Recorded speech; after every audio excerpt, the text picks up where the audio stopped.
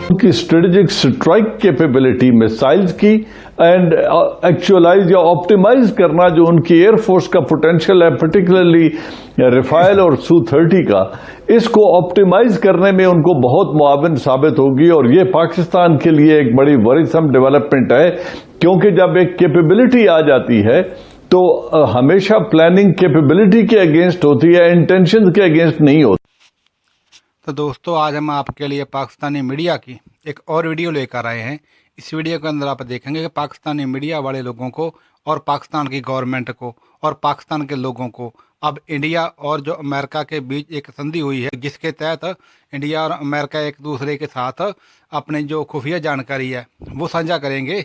इस बात से पाकिस्तानियों को डर लगने लगा है कि अब इंडिया अमेरिका के साथ जो अपनी खुफिया जानकारी साझी करेगा उससे इंडिया को काफ़ी फायदा होगा और इंडिया पाकिस्तान के जो चप्पे चप्पे पर नज़र रखेगा और पाकिस्तान के जो गैर कानूनी जो पाकिस्तान के अंदर अतवादी कैंप चलते थे उनको इंडिया अब आसानी से जो कि तराशाई कर सकेगा।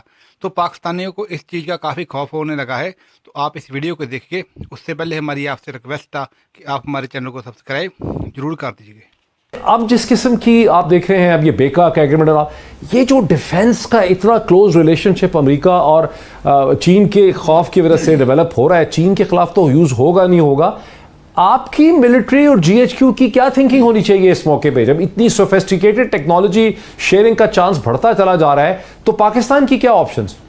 Thank you. देखिए, इसमें कोई दो राय नहीं है कि जब ये कैपेबिलिटी हिंदुस्तान हासिल कर लेगा बेका के कवर में, तो उनकी स्ट्रेटेजिक स्ट्राइक कैपेबिलिटी मिसाइल्स की एंड एक्चुअलाइज या ऑप्टिमाइज करना जो उनकी एयरफोर्स का पोटेंशियल है, पर्टिकुलरली राफेल और सू-30 का, इसको ऑप्टिमाइज करने में उनको बहुत मुआविन साबित होगी। और ये पाकिस्तान के लिए एक बड़ी वरीसम डेवलपमेंट है, क्योंकि जब एक कैपेबिलिटी आ जाती है तो हमेशा प्लानिंग कैपेबिलिटी के अगेंस्ट होती है, इंटेंशन के अगेंस्ट नहीं होती।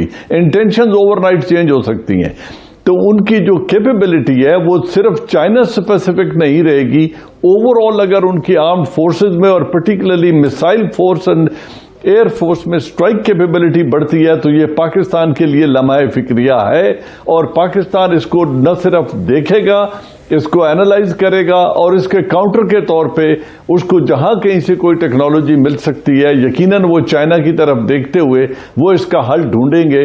But we will have to go another mile और इसका हमें हल ढूंढना पड़ेगा। अब चूंकि इस एरिया में उनके स्ट्रेटेजिक इंटरेस्ट को इंसाइड कर रहे हैं हिंदुस्तान के साथ और हमारा स्ट्रेटेजिक इंटरेस्ट को इंसाइड करता है चाइना के साथ, तो अब ये दोनों जो राइवल पावर्स हैं, इकोनॉमिक पावर्स हैं, but militarily they are very well equipped both of them.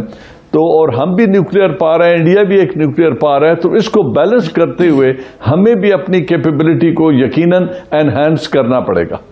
America का यह नया सदर जो है, इसका क्या रवैया होगा चीन की तरफ, हिंदुस्तान की तरफ, पाकिस्तान की तरफ, अफगानिस्तान की तरफ, ईरान की तरफ, मल्टीलैटरल ऑर्गेनाइजेशंस और इंस्टीट्यूशंस की तरफ, और पाकिस्तान को किस तरह से इस नई अमेरिकन एडमिनिस्ट्रेशन के साथ अपने मफादात का तहफ़्फ़ुज़ करना होगा? हमें एक चीज़ को ज़हन में रखना होगा, वो ये है कि जो अमेरिका में या किसी भी मुल्क की जो खारजा पॉलिसी होती है, उसके ब्रॉड कॉन्टूर्स में कोई ख़ास तब्दीली नहीं आती। ये जो चीन से मुतल्लिक जो प्रेसिडेंट ट्रंप का रवैया था या जो हाइप हमें नज़र आती थी, इसकी बुनियाद तो बहुत पहले पड़ चुकी थी।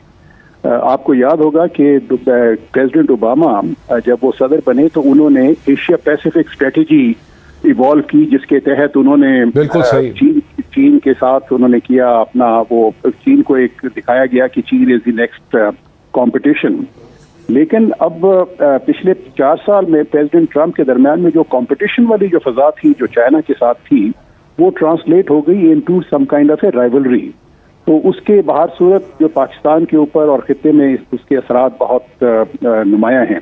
उसका एक नतीजा ये भी निकला कि पिछले 4 साल में आपने देखा कि भारत और अमेरिका के ताल्लुकात में बहुत बढ़ावा आया। 2018 के अंदर एक चीन और हिंदुस्तान का एक दिफाई मुआहदा हुआ जिसको कहते हैं communication compatibility and security agreement, COMCASA, और अभी उन्होंने एक बेका, एक BECA एक एग्रीमेंट साइन किए हैं, जिनकी बहुत ही एक मैं समझता हूं कि खित्ते में जो एक दिफाई और एक स्ट्रेटेजिक एक बैलेंस था, उसको ये जरूर डिस्टर्ब करते हैं।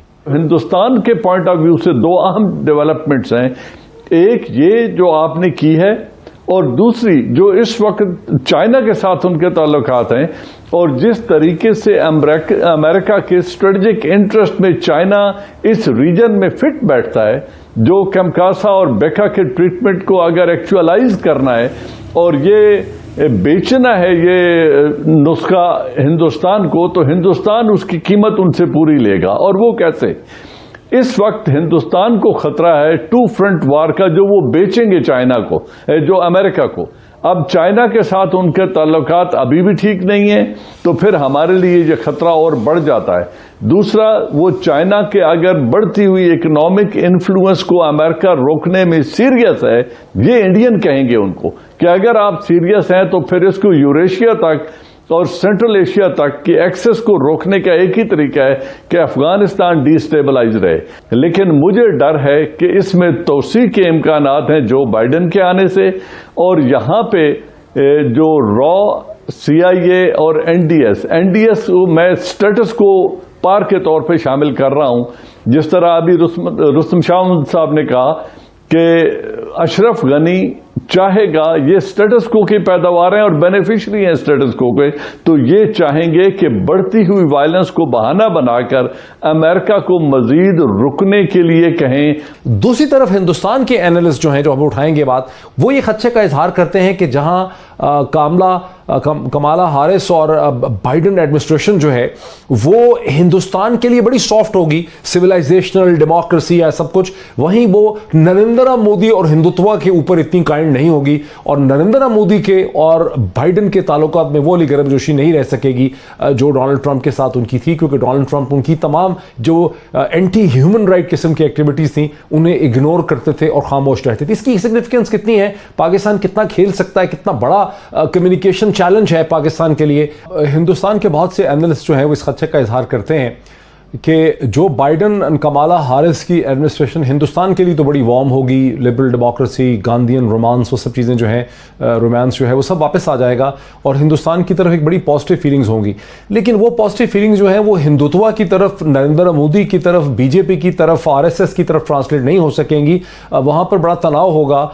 जिस तरह से RSS के चैप्टर्स को और जिस तरह से NRI को, नॉन रेजिडेंट इंडियंस को मोदी ने अपनी फ़ौज के तौर पर इस्तेमाल किया, वो चीज़ मुमकिन नहीं रह सकेगी। जिस तरह से सिविल CEA जो प्रोटेस्ट हैं उस पर ट्रंप खामोश रहे, कश्मीर पे को बहुत ज़्यादा अमेरिका का रिएक्शन नहीं हुआ, उन सब चीज़ों में तब्दीली आ सकती है और वहाँ पर एक तनाव किसी कैफियत जो है डेवलप होते वो देखते हैं। आपको क्या लगता है? जी, आप बिल्कुल आपने सही फरमाया। एक तो सबसे पहले हमें ये बात जहन में रखनी चाहिए कि ये जो जितने भी डेमोक्रेटिक कैंडिडेट्स थे डेमोक्रेटिक पार्टी के, उन सब ने जो हिंदुस्तान की जो उन्होंने एक्शन लिए, जो पिछले साल लिए या इस साल लिए, चाहे कश्मीर रिलेटेड एक्शन हो या जो NRC या CAA रिलेटेड एक्शन से, उन सबको उन्होंने तनकीद का निशाना बनाया। कांग्रेस के अंदर ये कमला हारिस उन तमाम ब्रीफिंग्स में और उन हेयरिंग्स में मौजूद थी जिसके अंदर ये हिंदुत्व को और मोदी को निशाना तनकीद बनाया गया। तो उस हिसाब से मैं समझता हूं कि वो जो एक ट्रंप का एटीट्यूड था एडमिनिस्ट्रेशन का, वो उसमें वो वाला एटीट्यूड नहीं होगा। इनका थोड़ा सा ज्यादा एक बैलेंस्ड एटीट्यूड होगा जो है वहाँ के मामला के सिलसिले में। आपको ये याद होगा कि ये जो इन्होंने कमला हारिस ने एक हेयरिंग में तो बल्कि काफी हद तक क्रिटिसाइज किया प्राइम मिनिस्टर मोदी और उसकी पॉलिसीज को, और इस वक्त जो मोदी की और हिंदुत्व की जो पॉलिसीज वहां पे फॉलो की जा रही हैं उसको बहुत ही ज्यादा तनकीद का सामना करना पड़ रहा है अमेरिका के तमाम हलकों में, चाहे वो मीडिया हो, चाहे वो कांग्रेस हो, चाहे वहां की सिविल सोसाइटी के लोग हों। तो उस पर अब ये था कि अनफॉर्चुनेटली ट्रंप एडमिनिस्ट्रेशन ने इसके ऊपर कोई खास तवज्जो नहीं दी। आपको याद होगा कि पिछले साल जब आर्टिकल 370 को हिंदुस्तान ने रिपील किया तो वो उससे उनकी तरफ से कोई भी कोई स्टेटमेंट नहीं आई जो कि तनकीद जिस पे उन्होंने किया हो कि उन्होंने यूनिलैटरली एक्शन क्यों लिया। या उसके बाद जो ह्यूमन राइट्स की जितनी भी वायलेशंस होती रहेगी कश्मीर के अंदर, मकबूजा कश्मीर में, उसके ऊपर भी कोई कभी उनकी एडमिनिस्ट्रेशन की तरफ से कोई स्टेटमेंट नहीं आई, ना ही वो लिंचिंग पे कोई स्टेटमेंट आई। ये जो छोटी सी शिफ्ट है, ये जो वेज है, इसका क्या पाकिस्तान के अंदर कैपेसिटी है कि कुछ इसका कम्युनिकेशन स्ट्रेटजी में फायदा उठा सके पाकिस्तान? मैं समझता हूं कि वो शिफ्ट तो है, लेकिन जो हिंदुस्तान और अमेरिका के ताल्लुकात की जो बुनियादी नौयत है वो उसमें तब्दीली नहीं आएगी। 90 की दिहाई से जो हिंदुस्तान की और अमेरिका की जो सी कुर्बत चल रही है, उसमें मैं समझता हूं कि आने वाले दिनों में और बढ़ावा जरूर आएगा। इसकी वजह यह है कि वहां की जितनी भी एडमिनिस्ट्रेशन के जितने भी स्टेक होल्डर्स हैं, उनके जहन में चाइना एक बहुत बड़ी थ्रेट के तौर पे उभर रहा है। चाइना का जो सा है वो एक जो इन्फ्लुएंस बढ़ रहा है, या उसकी जो सी पॉलिसीज हैं, मसलन अभी पेंटागन ने एक रिपोर्ट दी थी 2 हफ्ते पहले, जिसमें उन्होंने ये कहा कि चाइना इकोनॉमिकली अब तो वो बिल्कुल एट पार आ गए हैं अमेरिका के, और मिलिटरीली भी 2047 तक वो अमेरिका को सरपास कर जाएगा।